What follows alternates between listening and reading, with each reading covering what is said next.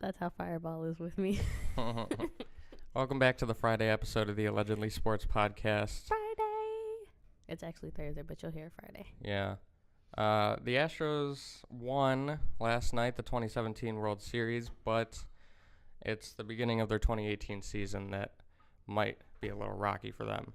It was actually exciting to watch it. I was like, they're totally about to win. Well, I mean, it was 5-0 by the third inning.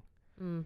Although, it's like you could think about it as being 5-0 that early and being like, okay, this game's over. But you could also say, well, the Dodgers can easily get 5 runs in 2 innings if the Astros did.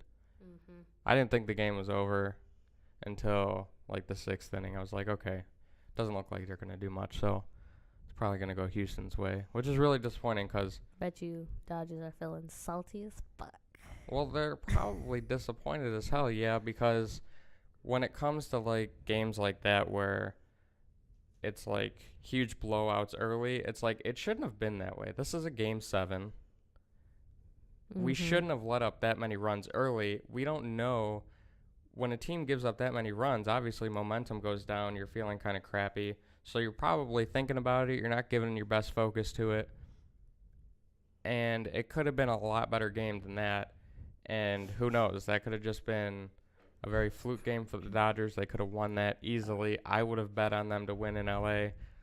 But if you did, you would have lost that money. I would have lost a lot of I money. almost feel like I wish we bet against each other because then I would have won. Well, a lot of people were telling me Astros. And I just think they wanted to see, because Astros are kind of the underdog team, you know. They'd never won the World Series before. Mm-hmm. They're kind of like the Cubs. They did a huge rebuild. Now they're at the top. But obviously the Cubs didn't qualify for this year. Well, they qualified for the playoffs. They I know. were just beaten by the Dodgers. That's what I meant. Yeah. So They got to go back and fix it again. I think that, I don't know, I think it was if there was another, if it was a 9-game series, and this is just like, yeah, that could go either way. I think the Dodgers would take this game and be like, no, that can't happen again. And they would go to a game 9 and totally win this series. Time out. Yeah. If I'm getting pampered today, I'm going to get my nails that silver and black again. You like it? Yeah. Okay. Okay. So today we're going to talk about the Yuli Gurriel racial gesture that happened way back in game 3. What? Yeah. No, explain. I will. Oh, I knew that. We're also going to talk about Papa John's blaming the NFL for their sales numbers. Oh, this morning on Fox. Well, it came out yesterday, but yeah, they talked about it this morning a little.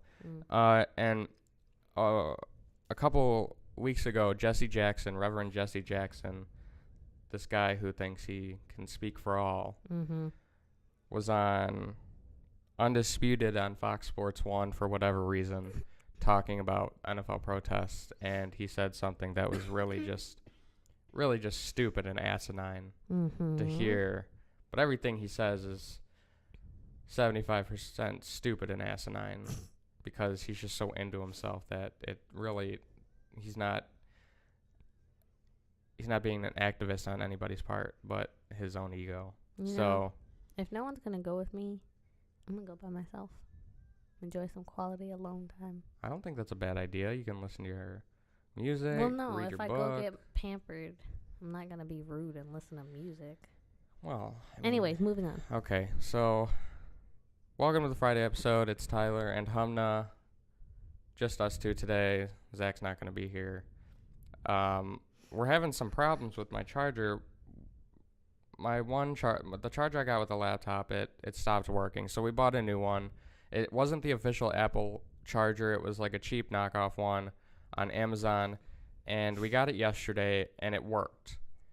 It worked for less than 24 hours, because this morning it was charging, and then I noticed right before I went to unplug it, it wasn't charging anymore. Should I get it that long?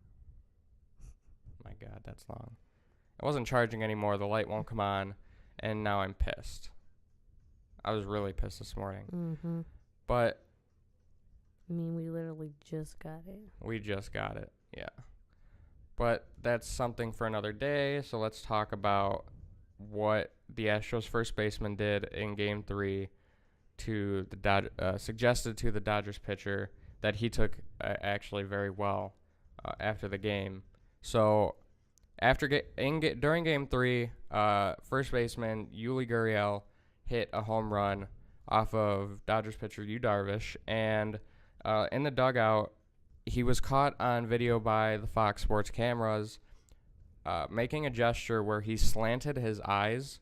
Yu Darvish is a pitcher from Japan, and it's very well known that that you can suggest somebody being of Oriental descent, Asian descent, by slanting your eyes, and he did that in the dugout. Wow. And he was caught on camera doing it. It was pretty apparent due to timing.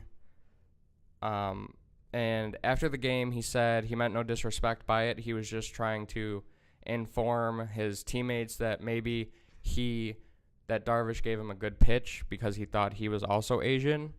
But if I'm not mistaken, Gurriel was defected from Cuba. So he is Cuban, and I don't think it's hard to tell that he's definitely not Asian or Japanese. I think it's pretty apparent. And after Yu Darvish also spoke on this, and he accepted Gurriel's apology, and he said he hopes people learn from this. So he was very accepting, and he probably just wanted to move on. He's in the World Series. He doesn't want this to be a distraction, and it really wasn't. It was a quick fix between the two guys and a pretty fast hand down of a suspension by the MLB. The MLB suspended Gurriel, not for the rest of the postseason, but instead suspended him for the first 5 games of the start of next season. So he's got 5 game suspension, the first 5 games. He's also going to undergo some sensitivity training. And what does that mean? It's like counseling, okay. like anger management. Okay. But it's not anger management. Yeah, it's like, don't hurt people's feelings now. Don't do this. This is bad. There was also a report that he was caught mouthing a Spanish slur of some sort. Just all over the damn place. I don't remember how to say it. It started with a CH. It's like ching. I'm not even gonna say it. Not even gonna say it. Not even gonna say it. But I think it was a Spanish slur for like Asian descent people still. So I'm not sure. I feel like I know what the word is. I'm not sure what this guy's all about. He's in his early 30s. He's played first base almost all year. He's played 139 games this year. Maybe he was just having a bad day. That doesn't excuse. He just hit a home run. Oh, well, then I don't know what the hell his problem is. He need to get his shit together. I don't know either. But I didn't think the Astros would be in such a big problem at the beginning of next season. 5 games. There's 162 games in the season. If he's going to miss 5, I mean, it's not a huge deal because they might just say, okay, well, these are 5 games he might have rested during the season because, like I said, he was a 139-game player this year anyways, and he's only in his second year in Major League Baseball. So his game totals might rise again because there are players who play 162 games a season, but he most likely won't be playing too much, even though first base isn't that hard of a position to take toll on your body throughout a season. He will lose over $300,000 on this suspension, but at the same time, I guess he really deserves it. I mean, clearly he was having a racial slur kind of day. Yeah, something like that. But I looked into who else plays first base. Marwin Gonzalez, he played base. He was a huge utility player for the Astros. He played kind of all around. He played all infield positions for multiple games, and then he played left field for quite a few games last season. But besides him, those are nice. Besides him, Tyler White is the next guy up at first base. He only played 19 games last season, but Gurriel, I think, had a 2.8 wins above replacement, which makes sense between Marwin Gonzalez, a regular player who plays kind of anywhere, and Tyler White, who only played 19 games. So they kind of don't really have anybody take that position like regularly. They might put McCann or one of the catchers at first base for those 5 games, or they might play around with the infield a little bit.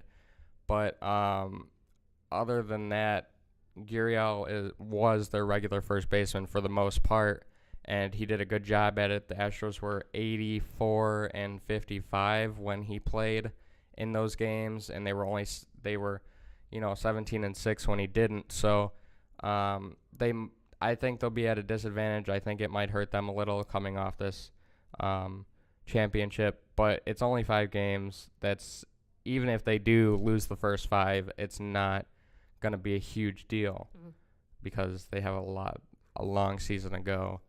But he definitely needs to work on his act. That is not cool in any type of way. Not but appropriate. Nothing. Now, the reason he got 5 games, according to Commissioner of the MLB, Rob Manfred, he said that he didn't want to penalize the rest of the team for the rest of the World Series. Now, you can take that one of 2 ways. You could either say that makes sense because one guy shouldn't, what one guy's action does that has nothing to do with the rest of the team shouldn't hurt the rest of the players. Now, you could also say, okay, but you're really still not punishing the other guy right now in, the biggest series of the entire season. Or you could take that as, okay, you let him do this to a guy, and now you're letting him continue to play, and you're only giving him a suspension for 5 games, 5 out of 162 at the beginning of next season. Which one has more, which one weighs more? If you suspended Yuli Gurriel for, the rest of the World Series, that would hurt the Astros more than if you do what they did and suspend him for the first 5 games of the 2018 season. Because a lot more is on the line with the World Series. When you're only suspended for 5 games, that's really not that much in baseball. Now, the second reason he gave was that when it comes to appeals, and they said that they wouldn't have appealed if it was a World Series suspension. Appeals work in 2 different ways due to the length of the series. Now, your length of the series can go anywhere between 5 and 7 games. So this happened in Game 3. If he would appeal, he'd be allowed to play, but at the same time, the series is going to end soon. So it works in different ways, especially since the World Series is the last series of the entire season. It would totally, it'd probably end up carrying over anyways. So I can kind of see why Manfred chose to go this route anyways, because his suspension would probably end up carrying over to the next season anyways. So the appeal process was also a factor, and so was the salary, because in the playoffs for baseball, you already earn a set salary, and I guess maybe he would have maybe earned less or gotten penalized less for taking a suspension at the beginning of the next season. So those were kind of the 3 options, 3 reasons that weighed in on Rob Manfred's decision to suspend Gurriel for the first 5 games of the 2018 season for a racial gesture towards Yu Darvish. Okay, next we are going to talk about Papa John's. Papa John's has been in the news the last few days because of their founder and CEO, John Schnatter? Yeah, that's his name, John Schnatter. He was on a conference call with some of the press, and he expressed his disappointment in the NFL's player protests and how it's still going on, and he thinks this should have been taken care of by now, and he's blaming the NFL and these player protests for Papa John's declining sales. Now, the deal with Papa John's is they have a lot of famous ads and commercials that say they're the official pizza sponsor of the NFL. Peyton Manning is a franchisee of this business. He is in a lot of commercials along with Joe Montana, a few other players. So I can see why he would say this, and he's not wrong. He's not wrong at all, because Papa John's puts the NFL and Papa John's put a lot of money into making ads that play during these games. Now, if people are upset by the protests and they're not watching these games, they're not seeing these ads. And if they're not seeing these ads or watching these games, they're also not being given a reason to order a pizza on game day. And if they're not ordering pizzas because of this reason, that's obvious sales drops. Now, football is supposed to be America's sport, which means it's the biggest sport in America. And so a lot of America is going to be watching on Sundays. But if they're not watching and they're not, given a reason to order out, and they're not seeing these official sponsor ads, then they're not going to order pizzas. So I don't think it's highly extreme for him to blame the NFL for this. I think it's kind of right. It's business at the end of the day. And, for these guys, Papa John's also has sponsors with 23 other individual teams. So I think it's right by him to call them out like this. Something should be done. It's a slow process because you have players who are doing it based on the government. You have players who are doing it based on law enforcement. You have players doing it to support their teammates. So it's kind of all over the place, and there's meetings going on between players and officials. It seems like here and there, but we don't know the contents of these meetings. We don't know how long they're lasting. We don't know who's in these meetings. And you got, the Bob McNair situation where he's commenting on these things and then he's in controversy, which makes people want to protest more. So, you got bullets coming from all angles and you don't really know where to start. And Papa John's is just like in the middle, stuck, not making any kind of money. Right. And so they're just kind of a victim of all of this controversy, but they're really the only one that's stepping up and saying, this is crap. You need to take care of this now. Because it's hurting my business. And he's not wrong. He's not at all. Not. And he says it's poor leadership from the top, which is Roger Goodell. We talked about Roger Goodell on the Wednesday episode. And he, a lot of players don't like him either.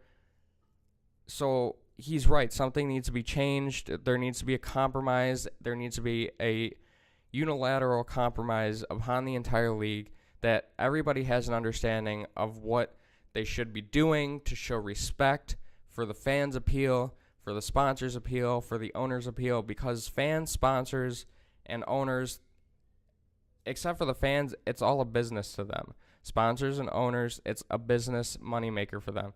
Fans, it's an entertainment value. Yeah, but then my question is, if the owners and the sponsors aren't really coming up to complain, it's just Papa John's, is it really affecting them as much? But they are complaining. Sponsors are talking. Owners are talking. But nothing has been unilaterally come up with by so they anybody. Still haven't compromised. No.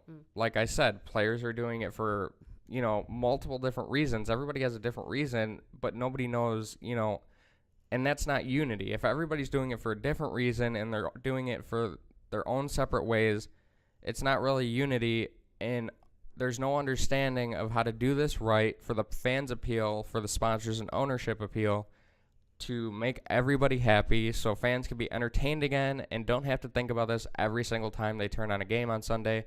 And sponsors and owners don't have to worry about getting backlash about their players, and sponsors don't have to worry about people not watching the games on Sunday, because if they don't watch, they don't see the ads, and if they don't see the ads, there's no,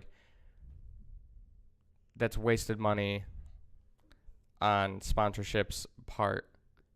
So that's where Papa John's is sitting. That's where the NFL is sitting right now. This came out about yesterday. I watched a couple of videos on it, and it seems like everybody kind of has the same opinion. Papa John's is not wrong, and I don't think they are. Sometimes it's weird to hear about these things. It sounds like an extreme point to say, well, this whole entire league of football players is hurting my business as a pizza shop.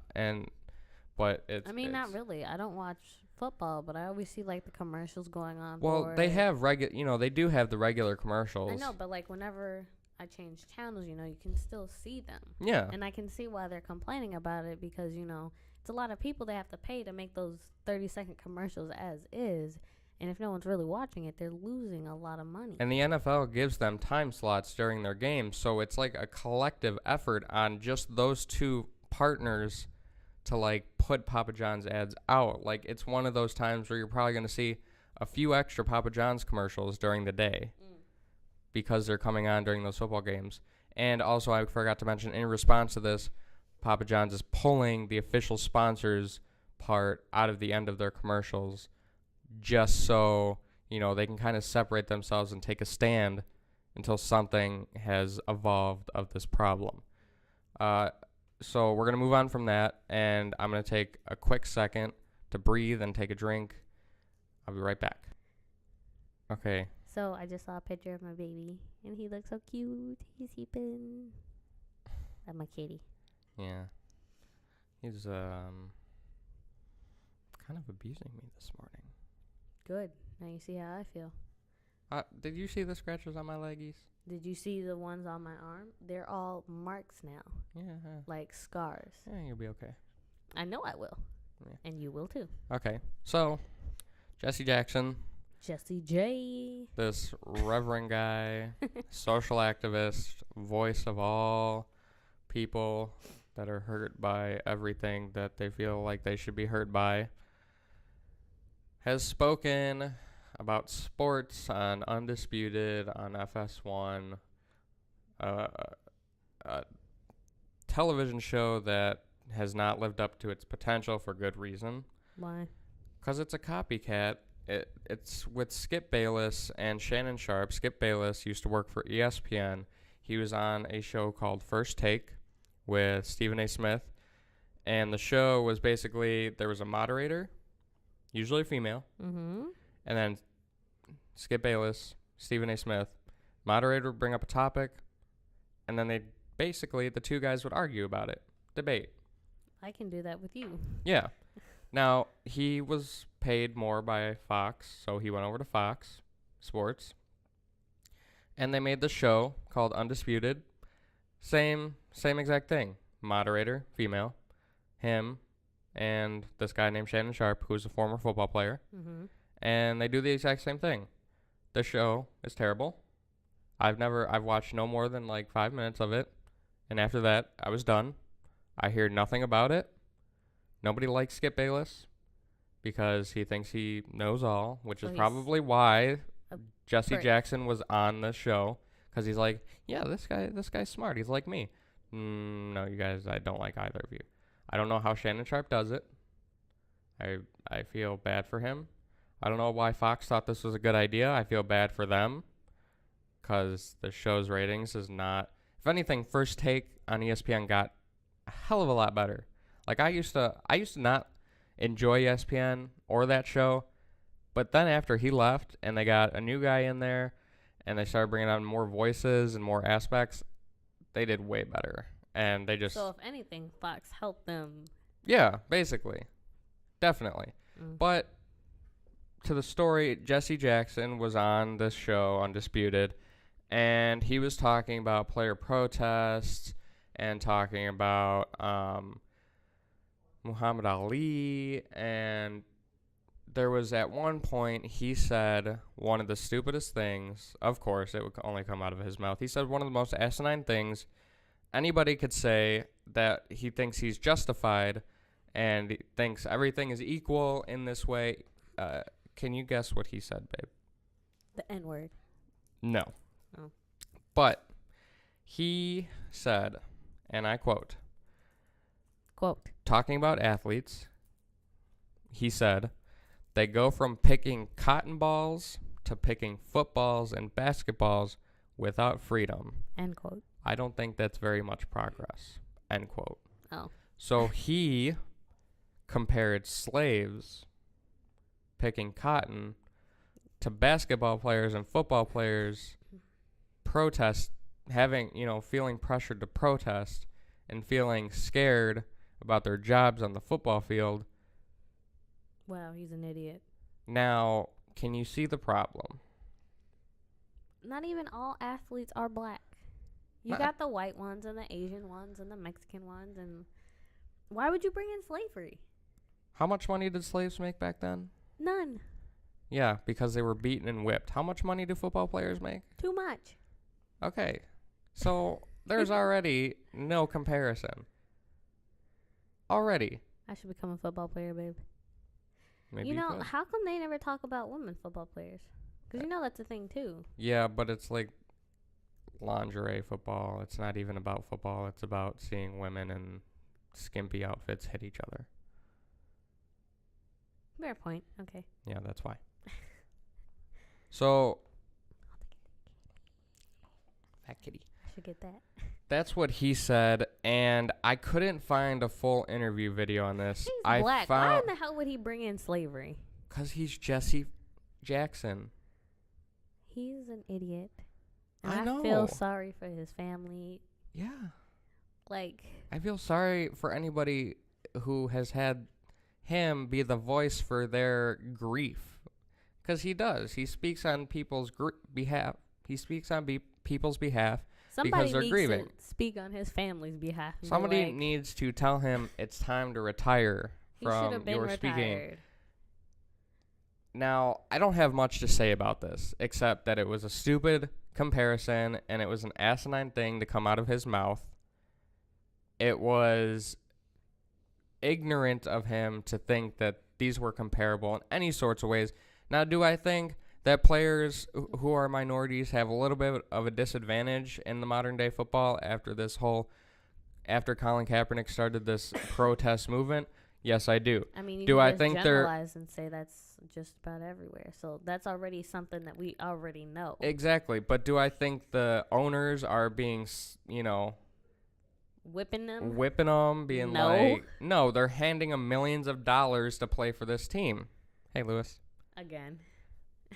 So, if anything, they might have a little bit of animosity towards the league, but I don't think for some players, unless you play for the Texans, who just had that whole debacle with Bob McNair, I don't think that they really have an issue with the ownership. I think they have the issue with whether it's the president and the president says they should be fired, but obviously that's not going to happen. So they can protest the president, but in terms of being scared on getting fired, it's not really going to happen.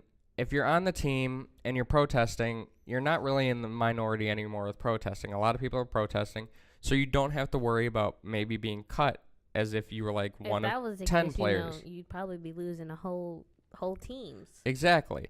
And I don't see that happening anytime Or soon. they're standing up to law enforcement, which is the main reason why this protest movement began. Or they're doing it to support their fellow teammates. And if they're doing it based upon that, the whole team by itself has a unilateral understanding of how they represent each other. It's not a league thing, but it's a team thing. And so you don't have to worry about losing your job in that aspect because you're still being paid millions of dollars playing football. All in all, Jesse J is a fucking idiot. He needs to retire and stop making stupid-ass comparisons. And because he's making these extreme comments comparing slavery, just making him look stupid. Comparing slavery to the present-day problem of whatever the day's issue is with him. He goes back to slavery, or he goes back to some issue that was not even comparable. Slavery was a horrible thing, but these football players and the basketball players are not going through another type of slavery. That's just not true. It was ignorant of him to think that that was okay to say and think that he had a defense point and he does not. And I want to call him out. That's what I want to end this show on. We're approaching. Jesse, you're an idiot. Please retire. We do not want to hear you talk anymore. No, we don't. So, that was a quick episode. I felt very good during that episode. It was good. I think my preparation routine is coming I hope, along. Fox takes notes on our podcast. Well, the problem with Fox, there is no more writing. They're a video platform. So if you go to like Fox Sports, they're a video-based platform anymore. There's really no more writers that write for them. I do too. That's cool. I like the fade. And yes, their shows line up. The only thing they got left for them is baseball itself, like when they broadcast games. That's really all they got left. Other than that, their shows lineups are pretty bad. Colin Cowherd is bad. I hate him with a passion. Him and Skip Bayless and Jesse Jackson, they're 3 peas in a pod. They're all into themselves. They all suck each other's dicks. And Fox, you got to change. You got to change. Or you can continue to do what you're doing and let ESPN just take it all over. Yeah. I just feel bad because, like I said, their baseball crew, really good crew. I really like them. Then why don't, ESPN recruit their baseball crew? Because they already got their good baseball crew of their own. Well, you can never go wrong with more baseball crew. I think clean house and let those baseball people rebuild Fox. Just let them do this. Yes. Okay. Thank you for listening. You can listen to this on YouTube, SoundCloud, and iTunes. Like, subscribe, follow us on social media. Comment, please. Share this with whoever. Agree with us that Jesse J is stupid. Protest and get those what protest, but do it safely. Yeah, and peacefully. What are those things? Petition. You get a petition because petitions definitely matter. They're definitely paid attention to. Even though people sign them, they're just like, oh yeah, I don't know what this is. I've never actually had someone come up to me and sign a petition. Petitions don't do anything. They're just a piece of paper to make people feel good about themselves. All right, thank you. Goodbye. Bye.